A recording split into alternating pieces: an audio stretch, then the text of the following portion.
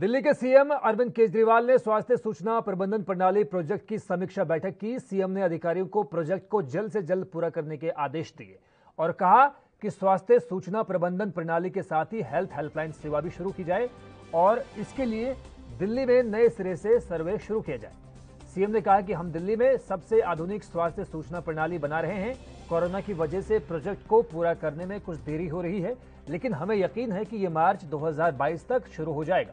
CM Arvind Kejriwal ने tweet कर कहा कि स्वास्थ्य सूचना प्रबंधन प्रणाली की प्रगति की समीक्षा जल्द जाहिर की जाएगी। हम दिल्ली में सबसे आधुनिक स्वास्थ्य सूचना प्रणाली बना रहे हैं। कोरोना की वजह से कुछ देरी हो रही है, उम्मीद है ये मार्च तक शुरू हो जाना चाहिए। सीएम अरविंद केजरीवाल ने दिल्ली सचिवालय में एक उच्च स्तरीय बैठक कर स्वास्थ्य सूचना प्रबंधन प्रणाली प्रोजेक्ट की समीक्षा की।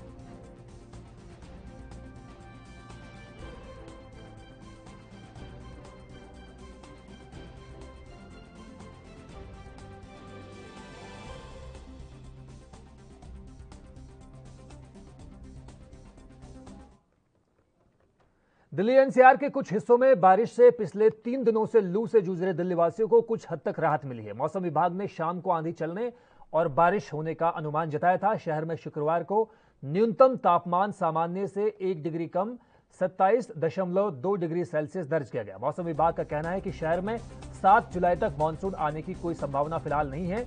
दिल्ली में शुक्रवार शाम को मौसम में अचानक तब्दीली हुई, तेज गति से हवाएं चलने लगी और कुछ क्षेत्रों में बारिश भी हुई। पश्चिम बंगाल, सिक्किम, असम के कुछ हिस्सों, मेघालय, बिहार, तेलंगाना के कुछ हिस्सों, तमिलनाडु, केरल, तटीय कर्नाटक और तटीय आंध्र प्रदेश में हल्की से मध्यम बारिश के साथ कुछ स्थानों पर भारी बारिश की संभावना जताई गई है। उत्तर पूर्व भारत के बाकी हिस्सों, ओडिशा, छत्तीसगढ़, पूर्वी मध्य प्रदेश और विदर्भ के कुछ हिस्सों में हल्की से मध्यम बारिश के साथ 1-2 स्थानों पर कुछ देर के लिए तेज बारिश हो सकती है। पश्चिमी हिमालय, उत्तर प्रदेश के कुछ हिस्सों और झारखंड में 1 या मध्यम बारिश के साथ हल्की बारिश हो सकती है। दक्षिण गुजरात, मध्य महाराष्ट्र और आंतरिक कर्नाटक में हल्की बारिश होने की संभावना है। पंजाब, हरियाणा, दिल्ली, उत्तरी राजस्थान और पश्चिमी उत्तर प्रदेश के कुछ हिस्सों में धूल भरी आंधी के साथ छिटपुट बारिश की संभावना है।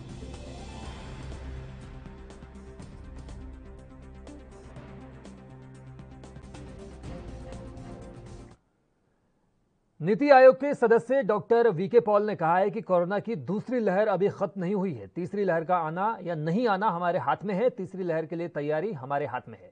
अगर हम अनुशासन में हैं, दृढ़ निश्चय रखते हैं तो ये लहर नहीं आएगी। उन्होंने कहा कि चेन ऑफ ट्रांसमिशन वहीं रोकना है। यूरोप में केस बढ़े हुए हैं। यूके, इजराइल, रूस में कोरोना के मामले लगातार बढ़ते हुए दिखाई दे रहे हैं।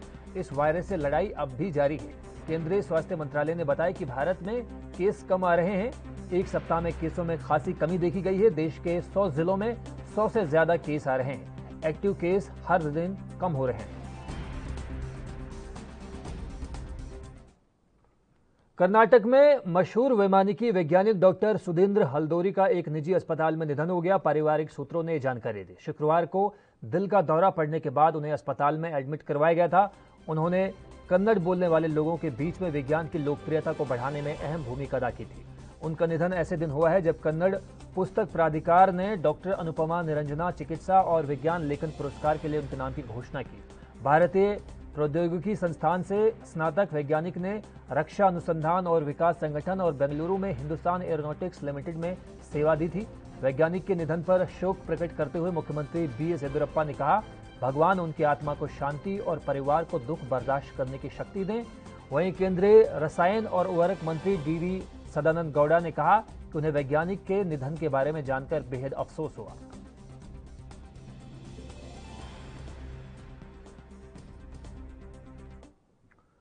कोरोना वायरस महामारी की रोकथाम को लेकर वैश्विक स्तर पर टीकाकरण कार्यक्रम लगातार चलाया जा रहा है। भारत में इन दिनों रोजाना लगभग 50 लाख लोगों का टीकाकरण किया जा रहा है। हालांकि टीकाकरण को लेकर लोगों के मन में अब भी सवाल कायम है, जिस पर केंद्र सरकार ने स्थिति स्पष्ट की है। केंद्र का कहना है कि टीकों की 2 डोज इस बीमारी के कारण होने वाली मौतों के जोखिम को 98% तक कम कर सकता है। देश में इस वक्त कोविशील्ड, कोवैक्सीन के साथ साथ रूसी वैक्सीन स्पुतनिक वी भी लोगों को दी जा रही है। हालांकि स्पुतनिक वी की उपलब्धता इस वक्त देश में कोविशील्ड और कोवैक्सीन के मुकाबले बेहद कम है। कोरोना से बचाव के लिए दुनिया भर में लगाए जा रहे वैक्सीन की 2 डोज की अनुशंसा की विशेषज्ञों ने की है। जिस पर एक अध्ययन का हवाला देते हुए सरकार ने कहा है कि टीकों की दोनों खुराक कोविड-19 महामारी से होने वाली मौत के खतरे को 98% तक कम कर सकती है, जबकि एक डोज करीब 92% बचाव प्रदान करती है।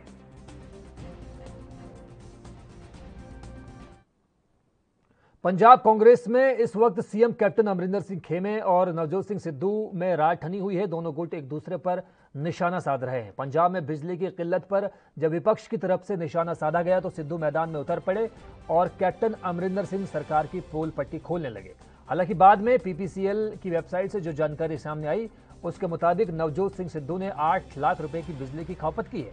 कांग्रेस नेता नवजोत सिंह सिद्धू, जिन्होंने शुक्रवार को पंजाब में बिजली की स्थिति पर चिंता जाहिर की, कथित रूप से राज्य बिजली उपयोगिता के लंबित बिलों के रूप में 8 लाख रुपए से ज्यादा के बकाया के कर्जदार हैं।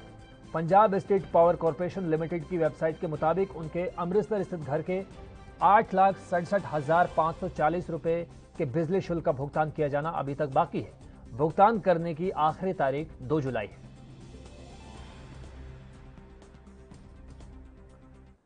माइक्रो ब्लॉगिंग प्लेटफॉर्म ट्विटर की मनमानी कम नहीं हो रही है। दरअसल हाल ही में संसद की स्थायी समिति ने पूछा था कि उसने केंद्रीय मंत्री रविशंकर प्रसाद और कांग्रेस नेता शशि थरूर का अकाउंट क्यों लॉक किया। इस सवाल का जवाब देने के लिए ट्विटर को 48 घंटे का वक्त दिया गया था, लेकिन समय सीमा खत्म हो जाने के बावजूद भी ट्विटर ने अब तक इस महत्वपूर्ण सवाल पर अपना जवाब स्पष्ट नहीं किया, जिसे सरासर लापरवाही और मनमानी माना जा रहा है। बता दें कि ट्विटर ने रविशंकर प्रसाद के खाते को 25 जून को लगभग 1 घंटे तक ब्लॉक किया था और कहा था कि रविशंकर प्रसाद ने US digital millennium copyright act का उल्लंघन किया है। उधर कांग्रेस सांसद शशि थरूर ने बताया था कि उनके ट्विटर अकाउंट में भी ठीक इसी तरह की दिक्कत आ रही थी।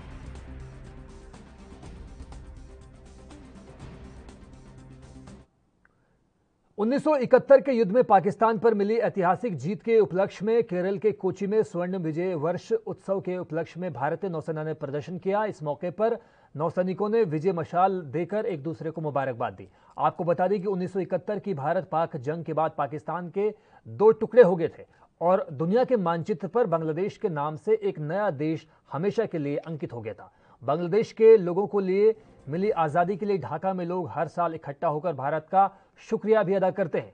आपको बता दें कि भारतीय सेना अपने शौर्य, जोश और पराक्रम के लिए पूरी दुनिया में जानी जाती है।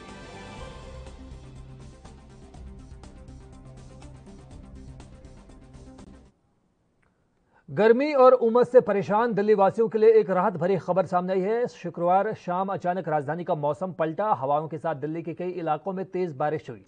मानसून की बारिश का इंतजार कर रही दिल्ली को अब थोड़ी राहत मिलती हुई नजर आ रही है। तेज धूप और तपती गर्मी से लोग परेशान थे। गुरुवार को दिल्ली का न्यूनतम तापमान 31.7 डिग्री सेल्सियस तक पहुंच गया था। मौसम विभाग के विशेषज्ञों की माने तो 1 जुलाई को जितनी गर्मी रिकॉर्ड की गई है, इससे पहले पिछले 9 सालों में दिल्ली वासियों ने कभी इतनी गर्मी महसूस नहीं की।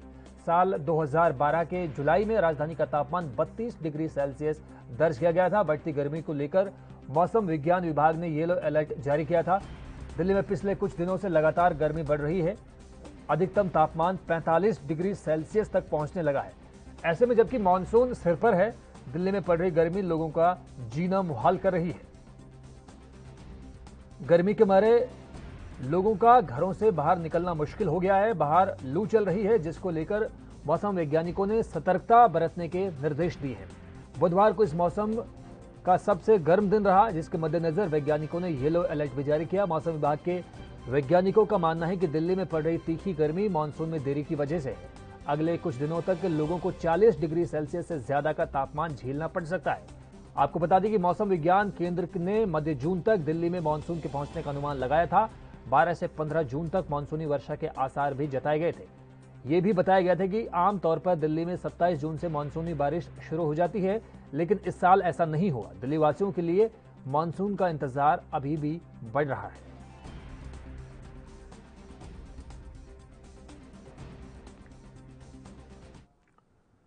तमिलनाडु सरकार ने आज राज्य में कोरोना संक्रमण को लेकर प्रतिबंधों में पहले के मुकाबले ढील दी है। लॉकडाउन 12 जुलाई तक 1 सप्ताह के लिए बढ़ा दिया गया है। राज्य में रेस्तरां अब 50% क्षमता के साथ खुल सकेंगे।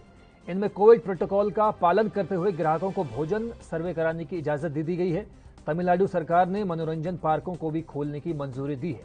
इस मामले में भी 50% क्षमता की सीमा और कोविड एसओपी का पालन करने की आवश्यकताएं लागू होंगी। जिन दुकानों और गतिविधियों को शाम 7 बजे तक अनुमति दी गई थी वे रात 8 बजे तक खोली जाएंगी। साथ ही 50% बैठने की क्षमता के साथ इंट्रा डिस्ट्रिक्ट और अंतर जिला पब्लिक ट्रांसपोर्ट को भी अनुमति मिलेगी। तमिलनाडु के 15 जिलों में एक बार फिर कोरोना के मामले बढ़ने के कारण स्वास्थ्य विभाग बड़े पैमाने पर वैक्सीनेशन अभियान के अलावा मास्क पहनने, सोशल डिस्टेंसिंग और टेस्टिंग की संख्या बढ़ाने समेत कई बड़े उपायों की दोबारा से लागू करने पर विचार कर रहा है। गुरुवार को 15 जिलों से सामने आए ताजा मामलों में 54 मामलों की बढ़ोतरी देखी गई। सरकार ने कहा है कि अंतर्राज्यीय सरकारी बस सेवाओं, सामाजिक, राजनीतिक, मनोरंजन, सांस्कृतिक और खेल संबंधी सभाओं और स्कूल, कॉलेजेस, सिनेमा घरों, बार, स्विमिंग पूल और चिड़ियाघरों के फिर से खुलने पर पाबंदी 12 जुलाई को सुबह 6 बजे तक जारी रहेगी।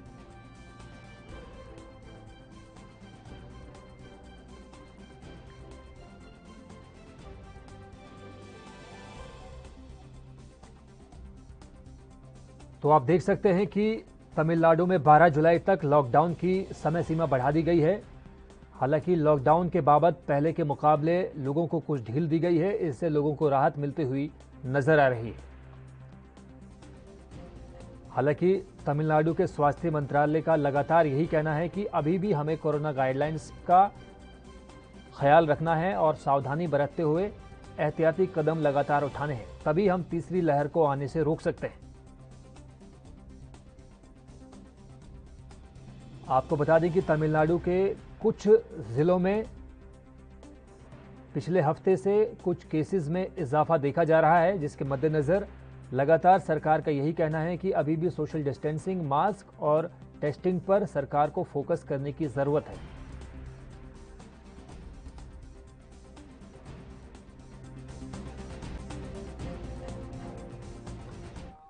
यूपी के गोंडा में जिला पंचायत अध्यक्ष पद पर निर्विरोध चुने होने पर बीजेपी समर्थित उम्मीदवार घनश्याम मिश्र को जिला पंचायत अध्यक्ष पद की कुर्सी मिल गई है, लेकिन जिले में ब्लॉक प्रमुखों को बनाने के लिए घमासान अभी भी मचा हुआ है। भारतीय जनता पार्टी अपने अपने ब्लॉक प्रमुखों को बनाने की कवायद में जुटी हुई है, तो समाजवादी पार्टी भी पीछे नहीं। निजी स्कूल में उस वक्त हड़कंप मच गया जब कोतवाली नगर पुलिस ने रोपईडीह ब्लॉक से आए 3 दर्जन क्षेत्र पंचायत सदस्यों को बरामद कर कोतवाली नगर ले आई। पुलिस को सूचना मिली थी कि बीडीसी सदस्य को बंधक बनाया गया, जिसके तहत छापेमारी की गई।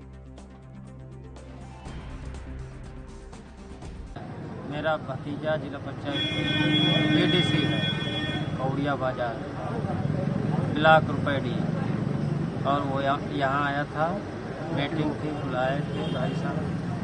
और किसने बुलाया था? महेश भैया बुलाए थे, मीटिंग था, और ये मीटिंग के दौरान प्रशासन।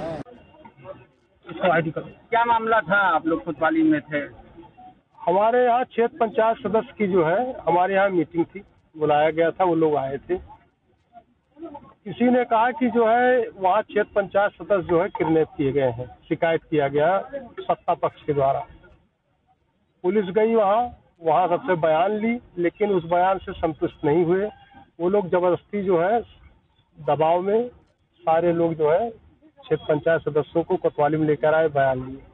सारे लोग, जितने लोग बयान दिए कि हमने मीटिंग में हम आए थे और जो है सुरक्षा से थे, हमें कोई आपत्ति नहीं, ना हमें कोई परेशानी है, और हमें अब छोड़ दिया जाए यहाँ से। ये लोग छोड़े नहीं, फिर ये लोग कह रहे हैं उनके घर पहुँचाएंगे, उनके परिजन यहाँ भटक रहे हैं, परेशान हैं, और ये लोग जो है उनको देने तैयार नहीं।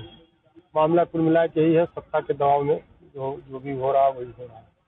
लेकिन ये है कि हम लोग लड़ाई लड़ रहे हैं और हम लोग लड़ते रहेंगे, हम लोग जीत हमें लोग होनी है, और हम ये चाहते हैं कि जो है प्रशासन से उम्मीद करते हैं कि इतना ज्यादा अन्याय न करें। क्या बात है, क्यों ऐसा, क्या चीज है, आप बताइए। अपने हिसाब से आपके समझ में आया, बताइए। बगल में ओके बताएं। ये क्या वजह है? आरोप लग रहा है कि आप लोगों ने सत्ता के दबाव में बीडीसी मेंबरों को पकड़वाया है। नहीं, ये आरोप पूर्णतः गलत है। अभी सूचना मिली सुबह कि जो है रात में एक होटल के बगल एक विद्यालय में 55 बीडीसी पाए गए, और वो एक नेता का विद्यालय है, वहाँ से गोंडा की पुलिस बरामद की है। सूचना मिलने पर कार्यकर्ताओं ने सूचना दी कि बीडीसी बरामद की। उत्तर प्रदेश के हापुड़ में कोरोना से लाचारी का कहर अभी भी देखने को मिल रहा है, जहां पर 15,000 रुपए न होने पर कोरोना पॉजिटिव व्यक्ति के शव का करीब 2.5 महीने बाद भी अंतिम संस्कार नहीं किया गया। मृतक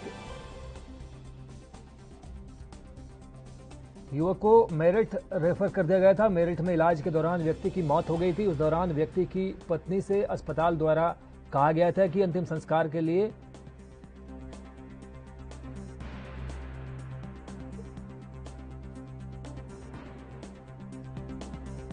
ऐसा था कि एक मरीज यहाँ पे कोई था, उसको कोविड पॉजिटिव हुआ था, जिसको उनका भाई वहाँ ले गए थे मेरठ में इनका भाई इनको छोड़ के, जैसे पता चले कोरोना का मरीज है, इसको वहाँ से छोड़ के चला गया था, किंतु इलाज के दौरान प्रयासों के बाद बचा इनकी वहाँ डेथ हो गई थी। जब कोई बॉडी को वहाँ लेने नहीं आया तो उसकी सूचना हमारे सीएमओ कार्यालय में सीएमओ मैम को मिली, तो सीएमओ मैम ने वहाँ से उस बॉडी को मंगवा कर यहाँ जीएस मेडिकल कॉलेज के मोर्चरी में रखवा दी गई और इनके परिवारजनों को ढूंढना शुरू कर दिया गया। काफी प्रयास किए गए, जो नंबर हमारे पास था वो नहीं प्राप्त हुआ, किंतु जब प्रशासन और पुलिस की मदद ली गई तो पुलिस ने पूरी तहकीकात करके और इनका सर्विलेंस में लगा के तब ये जाके पता चला कि ये लोग इसको छोड़ के मतलब बिहार जा चुके हैं। अब इनके परिवारजनों से संपर्क करके इन्हें बुलाया गया और उस बॉडी को इन्हें हैंड ओवर कर दिया गया है और इसमें एक यहाँ की नीट फाउंडेशन की मदद से इनका दाह संस्कार कराया जा रहा है, क्योंकि नीट फाउंडेशन ने ही यहाँ पर जो भी इस तरह के व्यक्ति होते हैं जिन पे पैसा नहीं होता, वो नहीं होता, तो दाह संस्कार की जिम्मेदारी वो ले लेते हैं और उनकी ही प्रेजेंस में दाह संस्कार कराया जा रहा है, जिसमें इनके परिवारजन भी अपने पति को लेके आई हूँ। क्या हुआ था उन्हें? उनकी तबीयत खराब थी जी। हम सरकारी में ले गए थे 13 तारीख में। सरकारी में हापुड़ में दिखाए तो सरकारी में उसमें कहीं कोरोना नहीं था। वहाँ से उन्होंने रेफर कर दिए मेरठ के लिए। मेरठ में 13 ठीक थे, 14 ठीक थे। 15 तारीख को 1-1:30 बजे रात में ले गए, बता दिए कोरोना है। वो बिल्कुल ठीक ठाक थे, खाना खाए, पानी पिए, बात किए। जब वो सो रहे थे उन्होंने एकदम कोरोना बता के ले गए। 6 बजे हम वहाँ से निकले, जैसे हमारे पास कॉल कर दिए, वो तो खत्म हो गए। हमने गुरुद्वारे में पैर भी रखी, बस उन्होंने फोन कर दी, वो तो खत्म हो गए। हम वहाँ पे जाके जैसे मतलब बॉडी मांगने लगे, तो बॉडी को उन्होंने पैसे मांगने लगे। वो कह रहे हैं 15,000 रुपए चाहिए, जो बॉडी चाहिए। तो मैंने मांगे पैसे डॉक्टर ने। अच्छा। डॉक्टर ने 15,000 रुपए मांगे थे, मेरे पास में पैसे थे नहीं। अच्छा। मैं पैसे लेने घर आई थी, मेरे इंतजाम हो ना पाया। अच्छा। तो उन्होंने फोन कर दी कि मतलब हम अंतिम संस्कार कर देंगे। अब हमें तो मालूम नहीं था, इसलिए हम घर चले गए थे। तो जब अब पुलिस वालों को फोन आया, जब मैं आई यहाँ पे। नहीं, ये बताइए 2.5 महीने से बॉडी आए तो क्या आपको जानकारी नहीं थी 2.5 महीने से? जी नहीं, मेरी जानकारी नहीं थी, क्योंकि ये मेरे यहाँ पे नरेश कुमार नाम से किराए पे रहता था और जो है मेरे यहाँ पे किराए पे रहता था। तो कुछ दिन पहले कमरा खाली कर दिया था इन्होंने। उसके बाद जो है ये बीमार हुआ। बीमार होने के बाद में यहाँ सरकारी अस्पताल में इसको एडमिट करा गया। ये एडमिट ना करके डॉक्टर इनके साथ वहाँ ले गए मेरठ जाने के बाद 2-3 दिन इन्होंने दवाई दी। उसके बाद इनको कोरोना पॉजिटिव बताया ना, इनको कोरोना बता करके इनकी वाइफ को, इनके भाई को घर भेज दिया गया कि आप लोग घर चले जाइए और जैसे भी खबर होगी हम आपको बता देंगे। जैसे ही ये लोग हापुड़ अड्डे पर आए थे, खबर हरियाणा के गुरुग्राम से है, जहां पर हथियारबंद युवक ने शराब के ठेके में बैठे कारोबारियों पर ताबड़तोड़ फायरिंग कर सनसनी फैला दी। इस वारदात में शामिल 4 बदमाशों के खिलाफ मानेसर सेक्टर 7 पुलिस थाने में मामला दर्ज किया गया है। घटना कल देर रात 8:30 बजे सेक्टर 11 इलाके की है। इसमें अज्ञात हमलावर बदमाश ने गुरबीर सिंह उर्फ गब्बू सरपंच और उसके साथियों पर फायरिंग करते हुए सीसीटीवी कैमरे में कैद हो गए। बीते हफ्ते शराब कारोबारी पर फायरिंग की दूसरी बड़ी वारदात है। पुलिस इन दोनों शराब कारोबारियों के वर्चस्व में आए विवाद को मानते हुए इस बात की जानकारी जुटा रही है कि इसके पीछे बड़ी वजह क्या है। जानकारी के मुताबिक मानेसर के सेक्टर 11 में शराब कारोबारी गुरबीर अपने साथियों के साथ शराब के ठेके में बैठा हुआ था। तभी मास्क पहने एक युवक तेजी से शराब के ठेके की तरफ आया और मौका पाते ही दोनों हाथों में पिस्टल लहराते हुए ठेके में मौजूद सेल्समैन और गुरबीर उर्फ गब्बू सरपंच पर ताबड़तोड़ फायरिंग शुरू कर दी। फायरिंग की तस्वीरें सीसीटीवी में कैद हो गई। खाकी से बेखौफ बदमाश फायरिंग कर मौके से फरार हो जाता है और पुलिस को इसकी खबर तक नहीं होती। तो वहीं मानेसर सेक्टर 7 पुलिस स्टेशन में शराब कारोबारी गब्बू सरपंच की शिकायत पर मामला दर्ज कर तफ्तीश शुरू की जा रही है। यूपी के हापुड़ में बढ़ते अपराध के ग्राफ ने जहां पुलिस को नई चुनौती दी है, तो वहीं जनता भी खौफ के साए में जीने को मजबूर है। हाफिजपुर थाना क्षेत्र में करीब 23 साल के युवक को धारदार हथियार से हमला करके तड़पा कर मौत के घाट उतार दिया गया। इस मामले में पुलिस द्वारा एक लड़की समेत 4 लोगों को हिरासत में लिया गया है।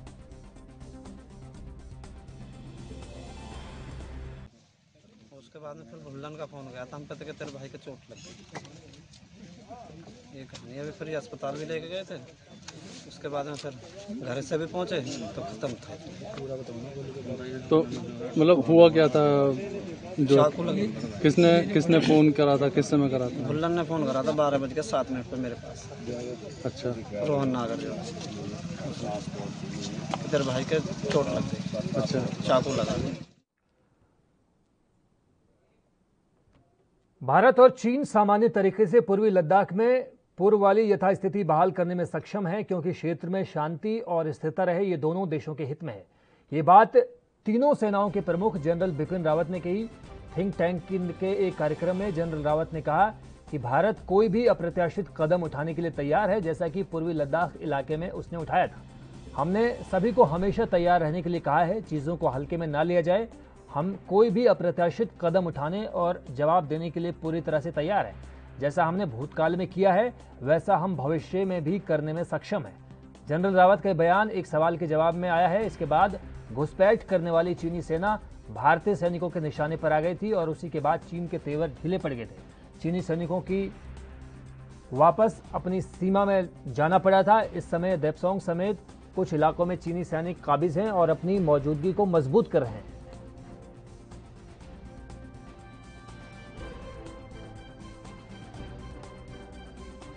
तो फिलहाल इस बुलेटिन में बस इतना ही। मुझे दीजिए इजाजत। नमस्कार।